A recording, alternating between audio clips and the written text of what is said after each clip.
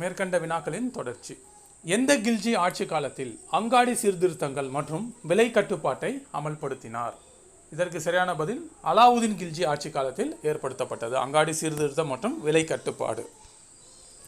1206 முதல் 1290 வரை சுமார் 84 ஆண்டுகள் டெல்லி சுல்தானை ஆட்சி செய்த வம்சம் எது? இதற்கு சரியான பதில் முதல் வம்சமான அடிமை வம்சம் குத்புதீன் ஐபக் தோற்றுவித்தார். அடுத்து, பின்வரும் துறவிகளில் எவர் தென்னிந்தியாவின் பக்தி இயக்கத்துடன் தொடர்புடையவர்? கபீர் கிடையாது, மீராபாய் கிடையாது, வட இந்தியா. ராமானந்தரும் வட இந்தியா. அப்போ துக்காராம் என்பது சரியானது. துக்காராம் மராட்டியர்களுக்கு வழிகாட்டியாகவும் சிவாஜிக்கு குருவாகவும் இருந்தவர் துக்காராம். அப்போ தென்னிந்தியாவின் பக்தி இயக்கத்துடன் தொடர்புடையவர் துக்காராம். அடுத்த கேள்வி, நீதி கட்சி தோற்றுவிக்கப்பட்ட ஆண்டு எது?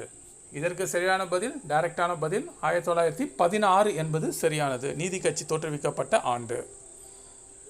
அடுத்து, பாரத மாதா சங்கம் இந்த ரகசிய சங்கத்தை என்பதை தோற்றுவித்தவர் யார்?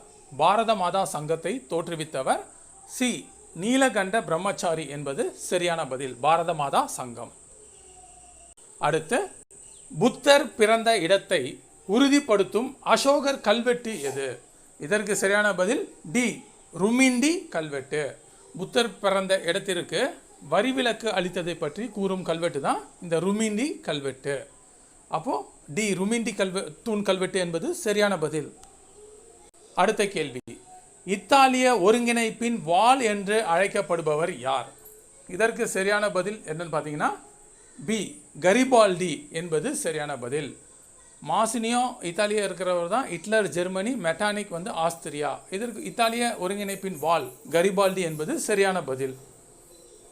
அடுத்து, தமிழ் இணைய பல்கலைக்கழகம் தமிழ் இணைய பல்கலைக்கழகம் ஏற்படுத்தப்பட்ட ஆண்டு எது? எந்த ஆண்டு ஏற்படுத்தப்பட்டது? தமிழ் இணைய பல்கலைக்கழகம். இதற்கு சரியான பதில் பி. 2000 என்பது சரியான பதில்.